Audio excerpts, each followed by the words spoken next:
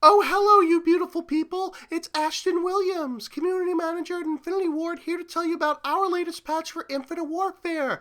And yes, I ditched the Valley Girl accent because some of you guys weren't really liking it that much, and I only want to please the Call of Duty community because you guys are the best fans ever. It only took us almost 4 months, but we finally got leaderboards, and let me tell you, they're totes the best leaderboards.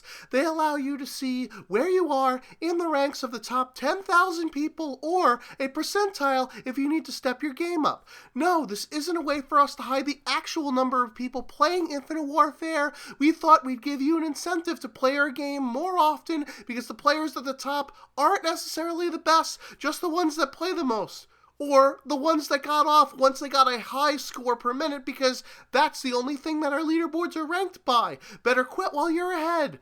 Also, new to the barracks is another standard feature in other Call of Duty games, a section for medals. Now you can finally see all of the participatory trophies you've earned. Yay! And lastly, on new menu features, we've increased the mission team level from 50 to 100. In those newer ranks, there's much better rewards like Mark II or mission team only weapon prototypes and additional salvage to help you craft more things.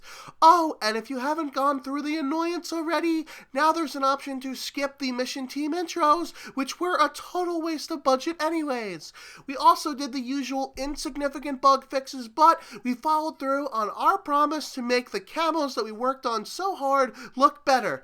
Now it's not just the pictures on the calling cards stretched out across the guns that totally ruined the aspect ratio, but it actually looks as though it belongs. And we also put in some safeguards against jitter mod users. I mean, seriously, who pays extra money to have a controller in order to bypass the rate of fire for a weapon that is already easy as fuck to use anyways? How bad could you possibly be? Thumbs down.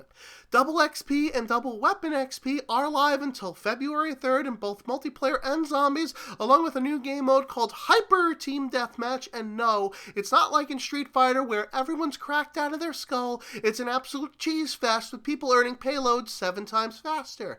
This patch also coincides with the Sabotage DLC on PlayStation 4 first, which has gotten positive and negative feedback on Reddit, ranging from best DLC maps ever to I'm a season pass owner and can't download them due to errors. Of course there would be problems rolling out DLC, as we here at Infinity Ward can't do anything ever without some sort of hiccup.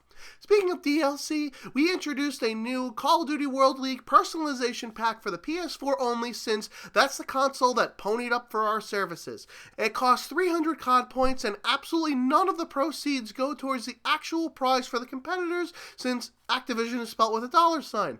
Oh, and one last thing about micro DLC. We're totes not putting Scorestreak variants in supply drops, as they're just lines of code that we all know we here at Infinity Ward don't even know how to execute them anyway. Also, do not be alarmed about the axe melee weapon, which has shown up in both multiplayer images and in Elite Shot's early DLC gameplay in the kill feed. I mean, it's just an asset from zombies, so it actually would be pretty easy to port it over to multiplayer and then be able to sell more supply drops and ruin the game by having people running around with anachronistic hand-to-hand weapons while getting shot down by every other gun, which is mostly a 4-hit kill. Why would we ever do a thing like that?